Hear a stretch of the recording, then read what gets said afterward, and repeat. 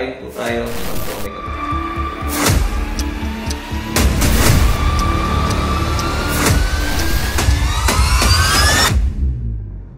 Okay, welcome sa ating programa sa One on One with Chris Sanji. Kamusta po mga kalalawigan sa Cavite, Laguna, Batangas, Rizal at Quezon? At alam ko, iikot-ikot na po yung ating mga crew sa TV6 para po kamustahin yung inyong mga bayan-bayan dito po sa ating festival. Alam niyo naman, hindi lang po sa Laguna ang pupuntahang festival dito po sa buong Calabarzon area.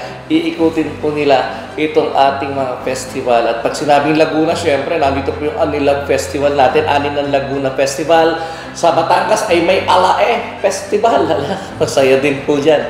At kaugnay po nito, mamaya, makakapiling ko po ang ating panauhin si Sir Isagani Moneda, ang Information Officer ng Bayan ng Liliw, ang Chinelas Capital of Laguna.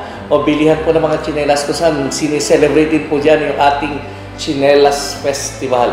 At yun po, mamaya makapanood po natin, makakasama po natin ang ating panayam sa kanya. Pero bago po siya makapanayam, panoorin niyo po ang Chinelas Festival preview para po sa kanilang gaganaping festival ngayon.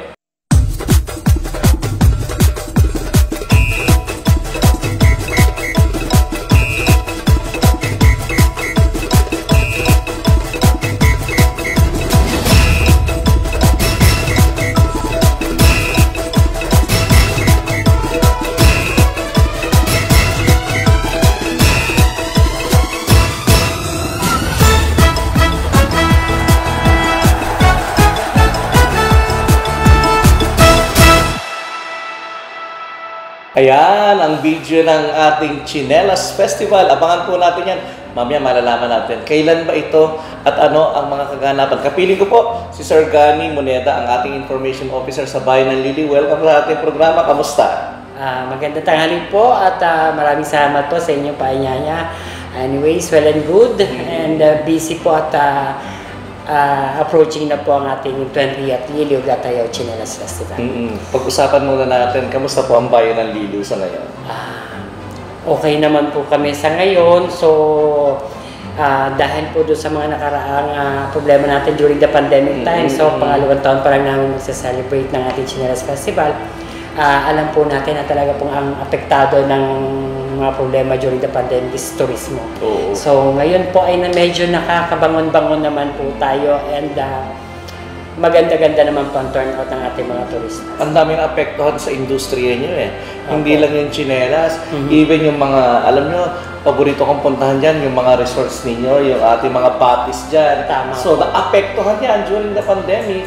At syempre, alam mo, kapag turismo ang pinag-uusapan, mga ganyang mga tourist spot, trabaho para sa mga liliwenya. Ano ba tawag sa mga taga liliwenya? Liliwenya. Liliwenyas natin. At pag sinabing walang paggalaw, walang kita ang taong bayan. Kaya at least ngayon gumalaw na po tayo at nagkaroon din ng paghinga. Alam mo, minsan yung pandemic, nakahinga din yung ating environment. Sabi, ay, parang nakahinga sila. At ayusin ang dapat ayusin para sa pagbabalik ng komersyo ay ayan na. Kamusta po ang komersyo ngayon sa panahon na ito? Sa ngayon po, masasabi ko po medyo nakaalagwa na po tayo ng konti. Kung pwede ko na rin po banggitin, ay yung mga tourist destination natin na binanggit na ninyo na gusto ninyong puntahan, ngayon po ay nakakabawi na. Okay. So lalo na po yung ating St. John the Baptist Church po.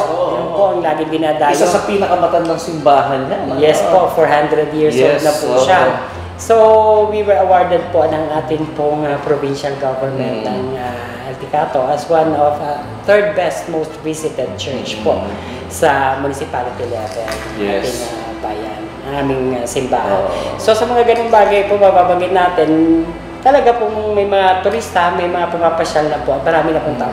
And siguro nitong last Holy Week, marami tayong mga kababayan nag-pilgrimage yan. Yes po, marami po. Ngayon po, nagbabalik na rin po ang ating mga day tour activities. Okay. So, ina-offer na rin po natin yung mga day tour packages po natin.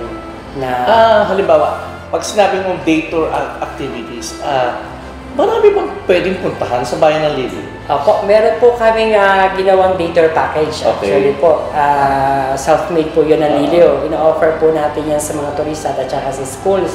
na gusto mag-avail. Pag sinabi mo, meron po tayong choices. Meron po tayong pwede punta na tourist destination like yung in promotion ng aming Mary's Farm, A4J Farm, mga agritourism farm site na po yung sa mga estudyante. Then meron din po tayo kasama sa package ay chinelas and uraro demonstration. Yung nga palang uraro, gumagawa rin pala. Opo, kasi po, mabanggit ko na lang din po, ang chinelas po kasi ay nakaangkla na po yan, isa na po siya sa curriculum ng aming sa school, tinuturo na po yan sa senior high. Para po yung industriya ng tsinelas ay hindi po siya maglaho sa pamanang lahi sa mga bawat kabataan na may nagmamay-aring pamilya ng tsinelasan. Kasi alam niyo na po sa panahon ngayon, napakabilis po ng transformation. So yung may mga gawaan ng tsinelas ay minsan ayaw iparanas sa mga anak. Ang kanilang mga dinanas sa mga panahon, hirap sila sa pag-aaral. Para yung mga magsasaka, opo. Di ba sabi ng mga magsasaka natin, anak, huwag na kayong tumulong sa bukid, kami na to. Yes po. Kaya anong nangyayari? Yung anak na magsasaka, nag-aaral sa Manila, pinadadala ng pera. Opo. Hanggang sa nalimutan ako, paano magsaka? Yan na lang. Pero yun, nawalan tayo ng mga magsasaka. Yan nga po yung ginagawa natin na kaya isinama po na natin sa curriculum na eskwelahan po yung paggagawa ng tsinelas. Okay. Pag-usapan naman natin, kanina binanggit ko yung mga batis, yung dating ng mga dire-diretso yan kasi summer ngayon hindi naman kailangan magbakasyon ng mga kabataan. Alam mo naman ng mga Pilipino, may makita lang na paggalaw sa batis o malinis na tubig, nadaloy ng tubig, pinupuntahan na agad ito. Ganyan kasayahin ng mga Pilipino. Kamusta sa bayan ng Liliw? Okay. Sa amin po, sa ngayon, talagang overwhelming po mga turista. So, during the Holy Week po, after nung Thursday and Friday, na talaga pong umabot po, meron po kaming mga buses at the time, dumadating po yung 15-30 buses para po swimming? Meron po. Marami po talagang ganong mga turista kasi una-una po kasi nakilala po talaga ang Liliw, di ba po, sa kanilang mga cold springs na resort namin. So, doon po kami nagsimula talaga. Ngayon po ay open naman po halos lahat ng ating mga resorts and destinations. Alam niyo, nung kabataan namin, ako, taga-Kalamba po ako kami po mga kamag-anak kapag summer, pupunta kami ng Liliw, Batis ng Liliw, kung hindi ako nagkakamali, sa Batis ng Liliw. At alam ko, kaibigan ng pamilya namin yun, long time na yun At pero ang sabi ng lola muna, magsisimba muna, bago tayo pupunta sa Batis ng Liliw. So, dalawang jeep kami. Dala na namin ang buhalya, lahat, mga panligo, mga salbabida, na gulong pa ang ginagamit, mga gulong. So, tuwa po kami. Kaya, hindi ko malilimutan ang Liliw sa malinis nilang Batis Sir, itong ating sinasabi ko, binabanggit ko, environment, syempre kailangan maayos ng pagprotekta natin dito. Syempre, pag may turista, may ibang tao, minsan, baka mamaya napapariwara na itong environment natin. Kamusta ang pag-aalaga ng municipal government? Sir, hindi naman po sa bayan ngayon po, yung aming CHESO, yung ating departamento po na nakasign, ay meron po tayo mga kung mapapansin po ninyo pag pumasok po kayo ng Liliw, halos wala po kayo makikita public trash can. Okay. Kasi well-disciplined po mga taga-Liliw, which is enforced na rin po sa mga turista. Okay. So, well-protected naman po, and cleanliness po sa bayan ng Liliw is masasabi ko pong napakaganda po na implementasyon ng ating environment doon sa ating bayan. Baka mahuli kayo doon. Bawal yata doon magsigarilyo sa kalsada, Celso. Hindi pwedeng basta ka magpipipitik doon ng tites. Ordinansa na yun. Meron na pong ordinansa, maski po mga nasa pamahalang bayan, alam po, meron po mga designated smoking area po tayo doon. At bibihira naman po talaga naninigarilyo sa Liliw. Kaya bibihira po kayo makakakita talaga po ng upos ng sigarilyo sa kalsada. Talaga pong bibihira. Okay. Kasi pag sinabing Liliw, ang pumapasok lagi sa isip ko, ilang minuto ba ito galing sa Manila pagpapasyal sila? Mga 1 hour and 30 minutes po pag dire-diretso po, depende po sa takbo ng truck. Pag naka-personal vehicle, 1 hour to 2 hours is enough po para makarating sa bayan ng Liliw. Sa mga restaurant, pag dinayo ng mga turista, alam ko, parang kulang na kulang ng resto. Sir, ngayon po, para pong ayaw ko pong ipagmayabang paano po, lalo po ngayon, lalo po nung nabuksan na nga po yung turismo, Marami po tayo mga old houses and central Uy, ang houses. daming old house dyan sa area niyo. Yes po, ngayon po, ayun po. Ano nga yung tawag sa mga street nyo? Meron po kaming Gatayo Street, meron po tayo dyan yung pinaka-trade fair center natin. Amish Jar Pilar po, nandun po yung ating mga ancestral houses. So ngayon po, yung maituloy ko na po yung sinasabi ko, ngayon po kung tinatanong niyo yung sitwasyon ng restaurant. Oo. Yung meron po tayong mga old houses po sa may ancestral house po sa Lilio na deconverted. Even po yung mga bagong bahay doon, pagpasok pa lang po na ninyo ng Lilio, yung mga bahay na residential is converted into restaurants po. Maliliit na kainan, malalaking kainan. Hindi ko na po siguro para banggitin po Livelihood. Oo, livelihood. yung Arabella, one of the famous po. Uy, nakakain ako sa Arabella eh. Oo. At saka yung bago ninyo, yung parang, ano yung parang Italian White House Bistro, yun naman po ay aming local na pagkainan. Meron ako nakainan doon na parang Italian o Spanish. Baka po yung Cafe Lilio. Yun. Cafe Lilio po. Yan po. Masarap din kumain ako. Marami na pong restaurant. Yan po, gaya na sinabi ko, marami po talaga nagtatanong. Hoy, ikutan natin yan. Sabihin sa team, Simon, ikutan natin yung mga, kasama tayo sa information officer para Sure. ma-feature natin yung mga kainan. Sarap kumain dyan sa area na yan. At siyempre yung ambience, na ikaw ay parang nasa isang lugar. Parang nasa Ilocos nga pagka ako'y nasa sa area na yun Tinitingnan ko yun nga ang lugar na naka-incline na kaunti. Yes, parang sarap paglakad dito, lalo na siguro pag gabi. Hindi pa naman ako inabot ng gabi dyan. Pero way back 2007, parang nakapunta ako dyan sa inyong festival noon. Inabot ako ng gabi, nanood ako nung inyong event, parang coronation night, parang mga binibini ng Lilio, parang gano'n. Okay, pinag-usapan na natin yung turismo, yung ating produkto, no? So yung produkto natin, naapektuhan dito ng pandemic, Sir Danny, kasi hindi pero meron akong gusto ikwento na meron isang taga-riyan sa inyo, hindi ko ma-recall kung sino, nag-online siya, tapos yung binibiling tsinelas, parang kaya nagamit ng gusto yung sa mga motor, ano tawag doon, parang hindi naman tok-tok, hindi naman ganun. Yung sa sa mga riders, nabigyan niya rin ng trabaho yung mga riders kasi parang limitado ang pagkalaw pagkilos Pero ang ginawa niya, through online, binenta niya yung mga produkto sa online. Tuwa-tuwa ako nun, nakita ko yun. Sabi, gawa to sa Lilio, nakarating na sa akin. Through ganito, nabook niya sa isang motor rider. Nabigyan niya na ng trabaho yung kumita pa siya kahit paano. Yes, diba? Kaya dapat effort din Effort din natin yun, sir. Yun po ang isa sa talagang nag-survive din ng industriya. Although talagang hindi naman po ganun ka-impact yung dating. Pero at least po nagkaroon po ng resilience yung mga taga-Lilio na during pandemic po, nakapagbenta po, doon po medyo nagkaroon ng konting kabuhayan. Halos lahat naman po ng mga negosyo ay nag-turn into online selling. Sir Gani, isa pa itong ating industriya ng tsinelas. I heard, kasi ito ay international na.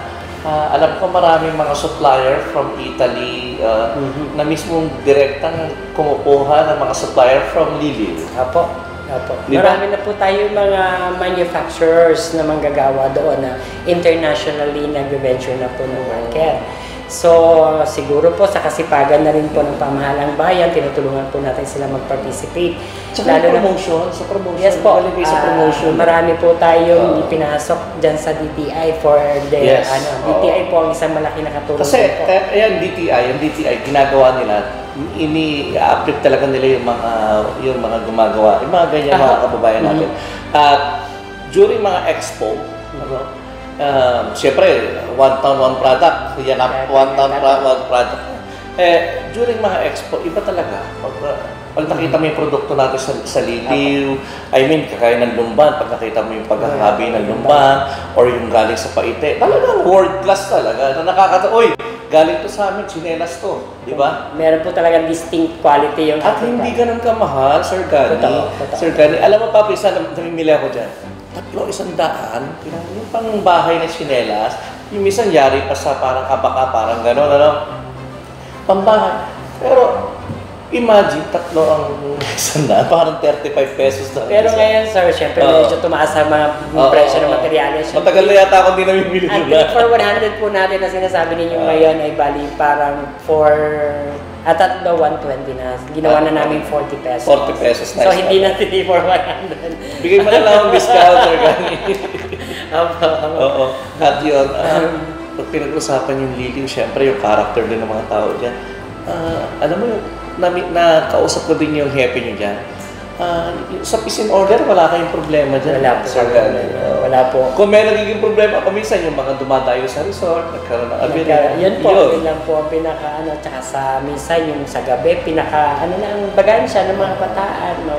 Bago tumunog ang alarma ng alas 10, ayan, makakahuli pa. May alarma rin kayo doon? Opo, alas 10 po kami nagpapaano, so implemented pa rin po yun sa atin. Kaya po kami po ay zero crime po sa Liliw. And congratulations. Thank you. Sa maayos din na pamamahala ng ating mayor. Yes po, napakasipag po. Kung tawagin po namin ngayon ay the action man ng ating pong kagalang-galang na mayor, Ildefonso Dimon Leon. At hindi rin naman po niya yung may isa sa katupad. Lagi po niyang binabanggit, hindi po siya magkakaroon sa matagumpay na pamamahala kung hindi rin po sa tulong ng ating sangguniang bayan, sa pamumuno po ng ating former mayor, now Vice Mayor Honorable Erickson J. Solivit at ang buong sangguniang bayan.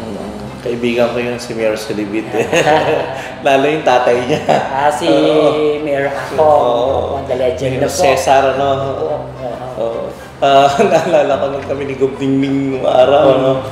Chris, punta tayo saglit sa Liliw kasi may ririgaluhan ako ng sapatos o yung parang, sandals. Kasi yung mga kaibigan niya sa Manila, yung mga sekretary ng mga senador, minsan, siyempre nagpapasa tayo ng mga proposal na sabi, yung mga akala ng mga sekretary doon, bibigyan ng sapatos ni Gob. Kasi sasabihin ni Gob Nining yung araw, "Hoy, anong size ng paa mo?"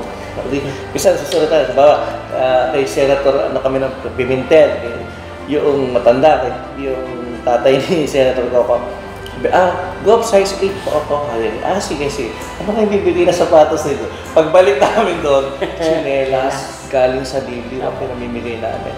O kaya minsan may request kung gusto nila galing sa, yung mga senador, minsan gusto naman nila, burda naman galing sa Lumban. So yan, at pinapatronize natin siyempre. Kapag pinatronize mo sila, hindi lang naman yung basta yung binili mo yung produkto nila minahal mo yung mga kababayan mo na nagsusunog nagpapatulo ng pawis para hindi ganun kadali magawa ng tsinelas. May proseso, pero sabi mo nga 40 pesos na ngayon. Doesn't matter the price di ba? Yung paggagawa noong na hindi ganun kadali ang paggagawa nun. At may kasamang kasipagan. Totoo po yun. Sa ngayon po, syempre, we have to compete with the world market po, lalo na po sa paggagawa ng disenyo ng tsinelas. So, medyo may kakomplikado na po. Pero at the same time, gaya po na sinabi ninyo, may halo pong kasipagan. Talaga po meron po siyang halong pagmamahal, lalo na po paggagawa ng tsinelas. Okay, tapos na yung usapan natin yan sa festival, sa tsinelas, at saka sa mga batis-batis din. Bakit ba tinawag na Liliw? Ano ba ang kasaysayan nito? Bigyan mo kami ng trivia. Okay, sir po. According po dun sa history, ng panahon naglalaya po ito si Gatayaw, na tinatawag natin, pero hindi pa po siya documented. From Borneo daw po siya nanggaling. So one time, napadaan po siya dito sa parting Laguna na tinatawag natin ngayon. So nainlove siya sa bayan ng Liliw, which is hindi pa siya Liliw, nakakita siya ng isang lugar. At doon siya nagsimula magtayo ng kanyang kaharian, parang gano'n sa panahon. So para po mabigyan niya ng magandang pangalan ng Liliw, nagtulos po ng isang malaking kawayan sa gitna ng bayan. Okay. So, naghintay po sila na kung ano man po ang datapong ibon doon, doon po niya ipapangalan ang bayan ng Liliw. Sad to say, yung unang dumapong ibon ay kulay itim daw po. Hindi rin po siya documented kung anong klase pong ibon yon. So, according din po sa mga makalumang panahon, ay bad luck daw po pag itim ang ibon. So, binugaw nila, nagtayo po ulit sila ng panibagong kawayan. And after 4 days, meron daw pong isang napakagandang kulay ng ibon, makulay ng ibon, na dumapo. Nakalaunan po ay humuni po siya ng medyo parang malakantang liw, liw, liw, liw. Liw. From then on po, nung unang tawag ay liw, liw. Sa bayan ng ano. Nakasaysayan ha? Simon ha? Alam niyo na kasaysayan ha? Liw, liw, liw wala. No? Galing po siya sa huni ng ibon. Ayun. Ganda no? At bakit naman tinawag nating Gat-Tayaw? Apo. Kasi po ang ating local hero is founded by Gat-Tayaw nga po yung binanggit ko kanina. So para po magbigay sa kanya ng konting patronage sa kanyang pangalan, isinunod po natin sa kanya yung ating taunang ginaganap. Kaya pala ganun manarita ang mga taga-Liliw para laging soft spoke. Malamig. Wala doon pala yung galing. Anyway, pag-usapan na natin itong festival. Kailan ba ito magaganap, sir? Ang ating po festival, every year po siya nagaganap during April po. So, the usual po natin ginaganap is last week po. Lagi natin pinatatama ng Labor Day sa May 1 po. 1 week event. So, ngayon, last year po, ganun po yung ating plataforma ng ating festival. This year po, sinorten lang po natin in 5 days. Magsisimula po siya. Actually, may day 0 po kami sa April 23. Okay. Tapos magsisimula po ang first day of event natin is April 24 hanggang 28 po ng gabi ang ating pong celebration. Pag-usapan natin yung first day. Anong gagawin natin Ang first day po, yung day 0 po. Isa lang po muna, traditional na po kasi yon. Lagi po kami nagbibigay ng gabi ng pasasalamat. Lahat po ng ating mga pastor, kaparian. Nagkakaroon po tayo ng konting programa sa plaza, which is yung po ating day 0. Sisimulan po natin. Ano yung ibig sabihin ng pagpaparangal sa kanila? Ano yun? Pasasalamat po sa magandang buong taon na kinalagyan ng Liliw. Parang gabi ng pasasalamat sa lahat. Opo, yun po ay pag sinabing ganito, gabi ng pasasalamat, ano ba to? Festive ba to? May kainan ba to? Concert ba to? Para concert lang po siya ng mostly po religious group po. Lahat po religious group. Religious group, okay. Then day 0 po yun. Sa day 1 po natin, April 24, Holy Mass. Magkakaroon po tayo. And red praying. Opo, para dun sa ating local hero na si Gat-Tayaw. Meron po kasi tayo doon bantayog niya. Meron ba tayong hymno na ginagamit sa event? Meron po tayo talagang jingle po na ginagamit. Okay. So, maririnig po siguro ninyo yan. Yan. Hanapin natin yun, Simon. Apo. Kung ano po, pwede ko pong binisend okay, sige. clips. Then yung pong, meron po tayong trade fair center na trade fair, yung ating po. Saan gaganapin yung trade fair? Doon po sa Gat-Tayaw mismo lahat dyan, sir. Sa bayan, sa mismong main area main po street, natin. Apo. Then meron po tayong opening program. Then sa gabi po, 6 p.m. mag-start na po ang unang asalto natin ng pagdiriwang. Pangunahan po ito ng mga barangay. Kaya kung tatawagin natin siya ay barangay 9. So, day 2 po. Ano ang mangyayari doon sa barangay niyo? Lahat po ng kasamahan ng Liga ng Barangay po. Sila po yung magtitipon-tipon para po dun sa programang kanila po. Ano inaasahan mo sa program? Meron ba silang may mga ganun ba? Wala po. Parang ano lang po yun, parang kumbaga ay gathering sa mga... Parang assembly night. Yes po, ganun po yung... So may kainan din kainan may concert tayo. Opo, meron pong bandang dyan, may naka-live band po. Ilan bang barangay ang Liliw? 33 barangays po marami kami. din yan. Kakasya pa sa isang covered court. Actually, sir, ang Liliw kasi sir, pag tumawid ka lang sa kabilang kanto, ibang barangay na. Oo nga pala. Kasi pataas at paibaba po kami. Kung tawagin po natin ay pailaya and paibaba. Pag po pumunta ka sa kabilang kanto, ibig mo sabihin yung poblasyon na yun, yung kabuuan na yun, iba-ibang barangay yun. Like, kung nakapunta kayo sa Liliw, pag dumaan kayo dun sa paakyat ng Liliw sa munisipyo, isang barangay yun. Pag lumiko na po kayo sa may simbahan, pababa naman po kayo, palabas ng bayan, isang barangay na po ulit yun. Barangay Rizal. So, ganun man po kalit ang aming napakarami naman po. Ang adjacent barangay po namin ay 6 sa Lowland po. Okay. Yung sa Kalumpang, meron po kami sa Lowland. Adjacent barangay sa amin. Ang poblasyon po ay 27. Ayan. Sige, tuloy natin. Tapos po, nung ikadito po natin, ang atin pong dito ay April 25 po, 2024, meron po tayong job fair na magaganap po sa ating liwasang bayan po ng Liliw. At the same time po, sino partner niyo dyan sa job fair? Ang aming pong peso officer po, nating meron po siya mga, sila po may committee na hawak, may invited po sila mga... Pwede sila mag-invite sa probinsya, sa peso natin, kay Jay na... Alam ko po, partner po siya, sila. coordinate din po sa aming PESA officer po doon. At the same time, ito po yung isa po doon sa ating pinopromote, yung culture, heritage, and traditions. Meron po tayong palaro ng lahi which will be holded and hahawakan po ng committee ng ating SK Federation. Palaro ng lahi. Ito ba yung mga indigenous sports? Gano'n? Traditional na laro like yung palo sebo, tupok palayok, yung pong agawang buko, panguhuli ng biik. Yan po yung mga mga the usual na pinapalaro. Hindi nyo itatanong, naghahawak ako ng sa NCCA, Subcommission for Culture and Traditional Arts. No? Naging commissioner ako nung sa SCCTA. At part niyan, yun talaga yung kultura ng mga larong Pinoy na tinatawag, yung palo sebo, actually yung arnis niya kino-consider na noon na isang palarong Pinoy na madami at dapat lang ibinabalik, Sir Gani. So yun nga po, pagkasi po festival, we have to promote po yung ating culture, heritage, and traditions po. So isa na po yung palaro ng lahi. Meron ba kayo natatanging sayaw sa Liliw? Wala, oo.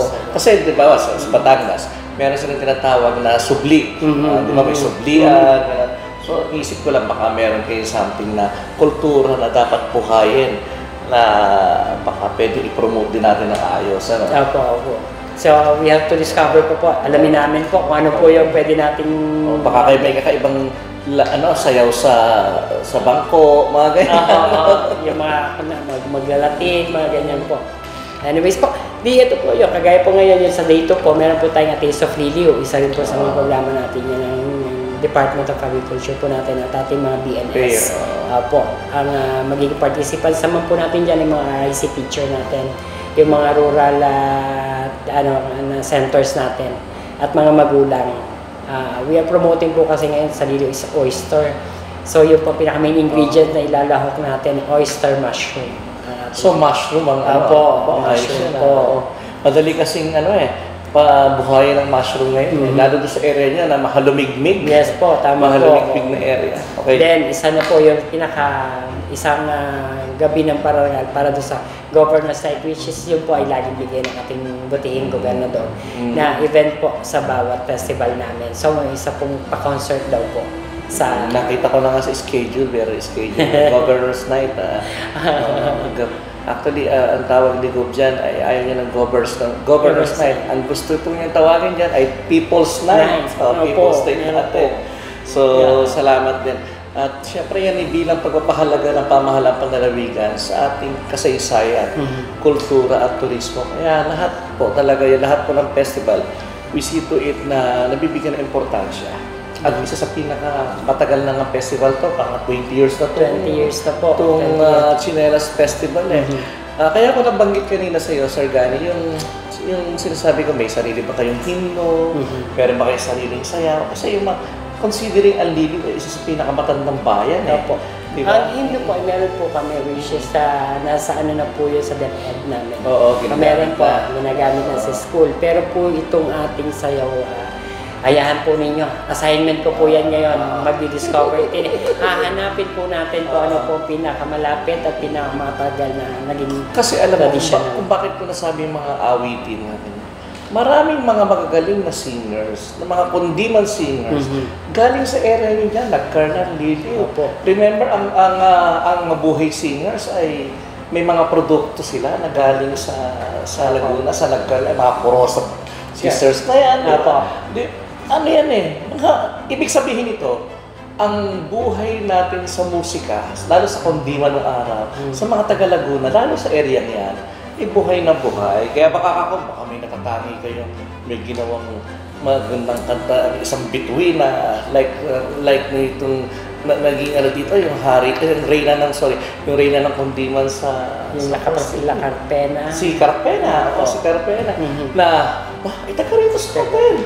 Taga Laguna. Ay dyan. Kaya pag nababanggit yung mga sila prosa sa mga kundiman, makaka-proud kasi taga Laguna. Baka kumain nga, meron dito sa Liliw, taga rito rin sila. Mga old names po, Korosa, sa Liliw din po. Sa Liliw din yan. Okay. Meron pa ba? Sir. Yung day 3 po, meron tayong Grand Bailete. Ano yung Bailete? Parade po yan, traditional parade po na ginaganap namin. Kung saan po yung mga CSO barangay namin kasama at ang pamahalang bayan, nakasuot po kami ng mga traditional na kasuotan like Barong Saya, Barong Tagalog, Ang ganda no? at suot po ang traditional na tsinelas ng Liliw po. Habang pong naglalakad Magandang nagpaparada. mapanood doon sa cable. Yes po.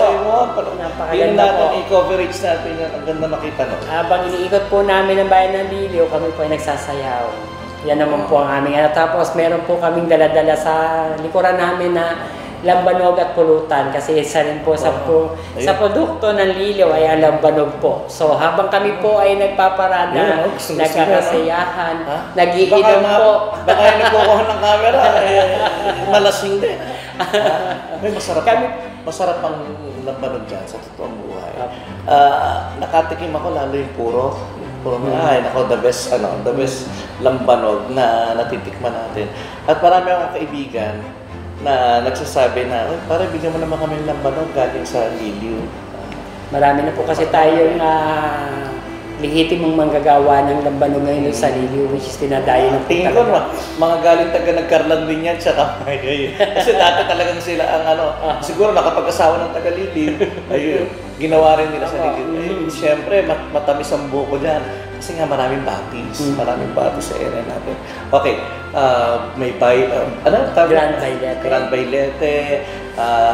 Anong oras to? Kainitan nyo. Kainitan nga po. 1 o'clock po ang assembly time. Pero po ngayon... Pero ito naman sa area nyo, kahit mainit din sa Kaya po hindi kami masyado nag-worry doon sa climate change. Although talagang malaking issue na rin po ang climate change. Pero kami po sa Liliw, blessed po siguro ang bayan namin. Kahit po medyo ngayon yung nasa nating heat index, hindi po ganun kaano sa atin sa Liliw, medyo umuulan pa nga paminsan-minsan sa amin. So, tsaka nahampas po ng hangin, hindi po siya ganun kainit. So, napakaano lang po. Kaya 1 o'clock po ang aming Grand Bailete po. Sa April 26, day 3 po yun, followed by sa gabi ng isang event po, yung tinatawag nating retaso, Chinelas on the Run. Yun naman po, taon-taon din po natin ginagawa. Pero ang kaibahan lang po ngayon, napakaganda po na magiging area namin dahil magiging venue po at stage ng ating retaso, Chinelas on the Run ay ang ating pong facade ng ating St. John the Baptist Church. Okay. So first time pong mangyayari yun na doon po namin gaganapin sa simbahan. Hindi po sa isang covered court area. Then after that, pahinga, fireworks display na po tayo. Then the following day, meron po tayong day 4, April 27 po. Isa rin po sa first event namin na magaganap yung 3-kilometer run po, yung color run. Yan po. Parang fun run. Opo. Then yung lagi naman po ito, yung street dancing po natin. At yung pinaka-highlight po ng day 4. Yung street dancing, ito per barangay participants? Ngayon po ang kinuha po natin ay halo-halo po. Meron po tayong DepEd, meron pong barangay, meron pong galing po sa ating mga manggagawa ng tsinelas kasi sila po talaga ang naging highlighted natin. Opo, so ito hindi competition? Hindi po. Ito po ay presentation. Although meron pong ibibigay. Ilang presentation? Ilan to? Balik ito po yung ating kasamang na grupo dyan na hindi po maglalaban-laban, magpe-present po. Pero in a way po, para mabigyan po ng konting consideration, bibigyan pa rin po natin sila ng konting paumpabuya. Then after po ng street dancing, ito na po yung pinaka-highlight natin po para sa second to the last night natin ng Mutya ng Liliw. Yun po ang pinaka-highlight natin. Anong oras gaganapin niyo? Ang ating po Mutya ng Liliw ay 6 p.m. po 6 p.m. Doon sa ating bayan? Po, doon po mismo sa ating covered court. Okay. Nandun po tayo. So, katabi lang naman po ang covered court natin, ang ating pamahalang bayan. And yung pong pinakalas po may daan nga doon sa likod di ba? Opo, meron po tayong secret na daan doon sa palikod. And anyways, yun po sa day 5 po natin, April 28, Sunday po. Ito naman po yung isang tradition din po na ginaganap namin tuwing festival, yung Lukayuan. Lukayuan po. Ito po ay yung pagbibihes. Ito po yung alam ko po, according doon sa nabasa ko. Ito po yung pinakanakaunang festival, tradisyon ng Liliw ng isang barangay. May pagbibihis naman po, hindi? Hindi po. Yun po ay ang pagpaparada at pagdarasal sa gitna ng karsada na nakadisguise po. Nakabalot po sila ng mga dahon ng katawan ng saging, dahon ng saging, nyog. Hindi nyo po makikilala yung mga participants natin dyan. Tapos sinasabayan po nila ito ng dasal awit na kung tawagin natin ay dalet. Dali. Dasal awit po yun. Para po naman po sa paghihingi ng konting magandang panahon, lalo na po pagdating ng tagtuyot. Kaya po ito ay ginaganap tuwing May naman po ang tinutuyuan. So, dami. After that, yung isang-isa na lang, hindi po kasi magkakaroon din po, meron tayong Governor's Night, meron din po tayong isang Congressman's Night. Yan yung po yung pinaka. So kung mapapansin po ninyo, makikita ninyo yung schedule of activities po natin. Although 5 days, siksik po ang ating mga programa dyan. So may Congressman night din tayo. Mga nakaangla po siya sa kultura, heritage at tradition po at the same time. Ano nga ba? 4th district kayo? So si Congressman Jam. Hindi po. Third And then. Oo, kaya tinatanong ko rin district si Congressman Ambe. So meron pa rin siya Congressman's Night. Maganda to. Siksik na yung event yun eh. Siksik na yung event natin. Habang po nagaganap din naman po yung mga events natin during the 5 days activities, meron naman po tayo mga inimbitahan, mga exhibitors natin dyan.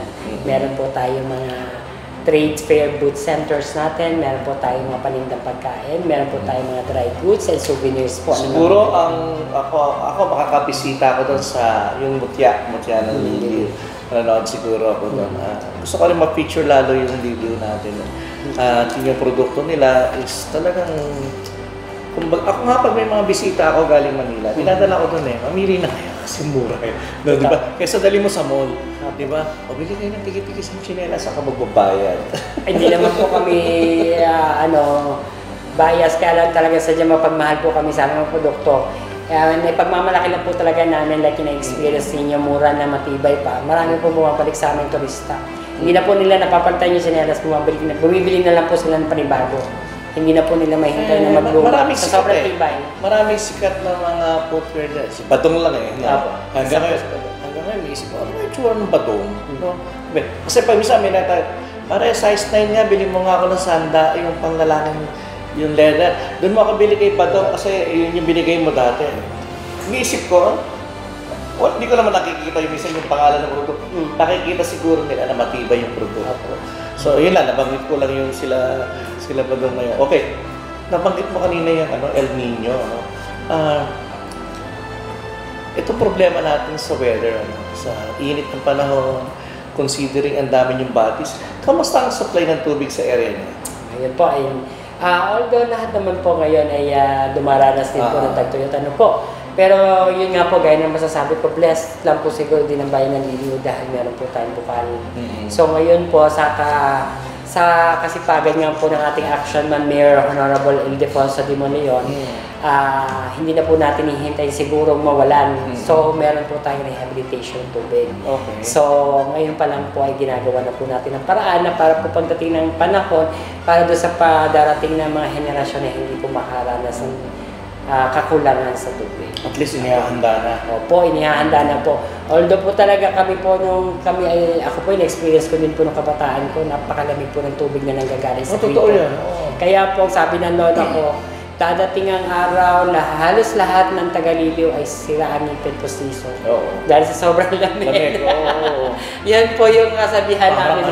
Para ka nasa Lokban Sa Lokban, Quezon, ganun pa rin ang tubig, napakalamig Siyempre, we have to be ready po. Kasi po, hindi po kagaya ng populasyon dati, ang populasyon ng Liliw ngayon. Nagkakaroon po din tayo ng pagdami ng residential area. Marami po tayo mga businesses na tinatayo. So ngayon pa lang po, gaya po sinabi ko, ang ating pong putihing Mayor Ildefonso Monleon, kasama po ang ating Vice Mayor Erickson J. Sulibit, ay pinagtutulungan na po ma-rehabilitate ang ating patubig para po hindi tayo sa darating na panahon ay magkaroon. Alam mo, nakakatuwa yung mayor mo, napakasimple din. Para din si Mayor Sulibit noong araw, napaka-jeprox, parang mabiro. Pareho po yata sila ng pinanggalingan. Minsan makikita namin ang mayor namin naka-shorts, nakain ng nasa tabing tindahan, nakain po ng kwek-kwek. Hindi po alam ng mga ibang tao doon, lalo ng mga turista na mayor na pala yung kaharap nila.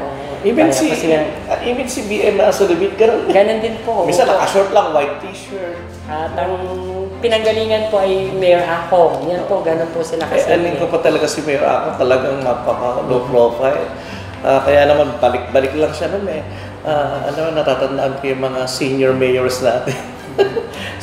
si Mayor Sendong Corrales, pag naalala ko nababalikan ko yung mga sila Mayor Rondilla dyan, mga napakasimpleng... Actually, kagabi nga po, anong oras na po umuwi ang aming mayor. Sabi ko, Mayor, hindi na po kita mahihintay. Oo. At ako'y alas 9 na yata umuwi. Dahil po magpe-festival na talagang hands-on po siya. Kaya po action man ang tawag namin sa kanya.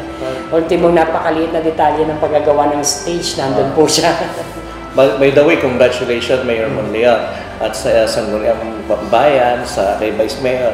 Siyempre, hindi importante po yan na magkaisa kayo ang bawat isa para sa isang magandang programa. And sa inyo, sa mga kawani ng ating pamahalang bayan, at sa people of Liliw, sa mga Liliweños, congratulations dahil magsasagawa na naman kayo ng Liliw Chinelas Festival. Imbitahin mo na nga sila. Okay. Okay, maraming salamat po. Nalalapit na po ang ating 20th Liliw Gatayaw Festival na ako po ay nag-aanyaya sa aming, hindi lang po sa aming mga karatig bayan po dito sa Laguna, pati po sa ibang probinsya. Puntahan niyo po kami. Ngayon darating pong April 23 hanggang April 28 po ang aming pong ika-20th Gatayaw Liliw Chinelas Festival. Magkita-kita po tayo kung saan po baling saya, baling ganda. Tara na po sa bayan ng Liliw, ang Liliw Laguna. Salamat Sir Gani Uneda, ating information officer ng ating bayan ng Liliw. Sana pumasyal po tayo doon.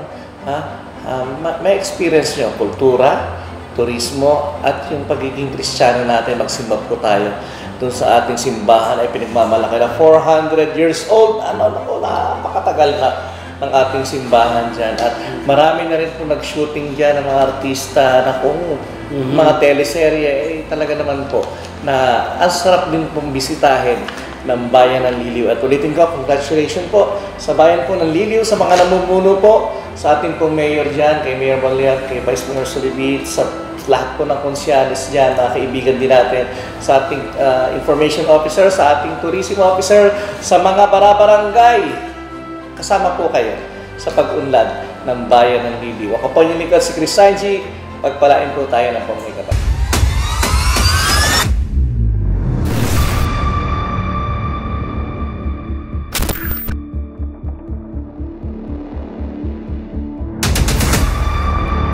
Sa ating mga kababayan, pagpalain po tayo ng pamigabay.